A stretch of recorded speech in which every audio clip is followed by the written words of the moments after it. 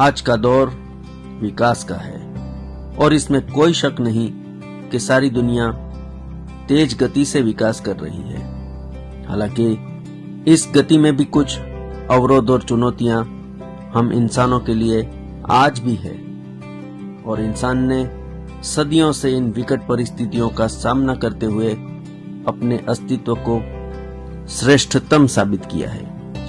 बावजूद इसके आज भी कई सारी समस्याएं हम इंसानों के लिए माउंट एवरेस्ट से कम नहीं और आज भी कुछ कठिनाइयां अप्रदर्शित रूप से मौजूद है। हम फिर भी पूर्ण रूप से अपने ज्ञान पर आत्मविश्वास रखते हैं और प्रबल रूप से मानते हैं कि इन विकट परिस्थितियों को परास्त करेंगे। आज की यह कड़ी कुछ ऐसी ही बातों पर आधारित है जो रोचक और ज्ञानवर्धक है।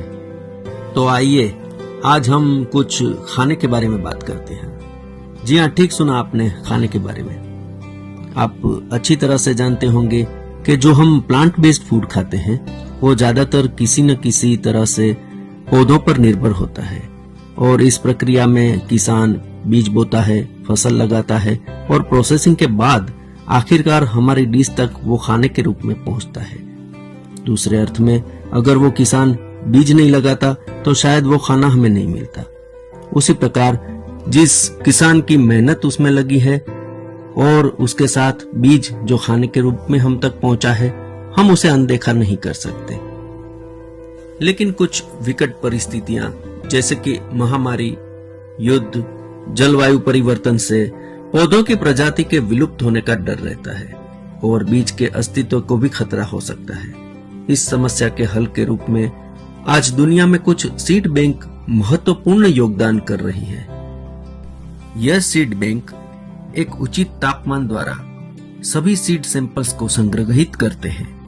दुनिया में वैसे तो बहुत सारी सीड बैंक मौजूद है जहां अलग अलग तरह के पौधों की प्रजाति के बीजों को संरक्षित किया गया है ताकि हम किसी भी प्रकार की गंभीर आपदा का सामना कर सकें। आपको यह जानकर जरूर आश्चर्य होगा कि प्रसिद्ध स्वालबार्ड ग्लोबल सीड वॉल्ट एक सीड बैंक है जिसका निर्माण नॉर्वे ने किया है, जो कि एक अति निर्जन, एकांत और असमीप टापू पर स्थित है। वहां की भूगोलीय स्थितियां वॉल्ट के रखरखाव और तापमान को उचित बनाए रखने के लिए उपयुक्त है। इस सीड बैंक में 4 मिलियन से भी ज्यादा सैंपल संग्रहित है, जिसमें चावल के 1 से 1.5 लाख, गेहूं के 2 लाख और फल सब्जी इत्यादि के 14,000 से भी ज्यादा सैंपल्स रखे गए हैं और इसीलिए दुनिया में Svalbard global seed vault Norway की पहचान बन चुका है। ठीक वैसे ही कोलंबिया की the International Center for Tropical Agriculture दुनिया में अपने सबसे ज्यादा और विस्तृत बीन्स, कसावा और ट्रॉपिकल ग्रास के संग्रह के लिए मशहूर है।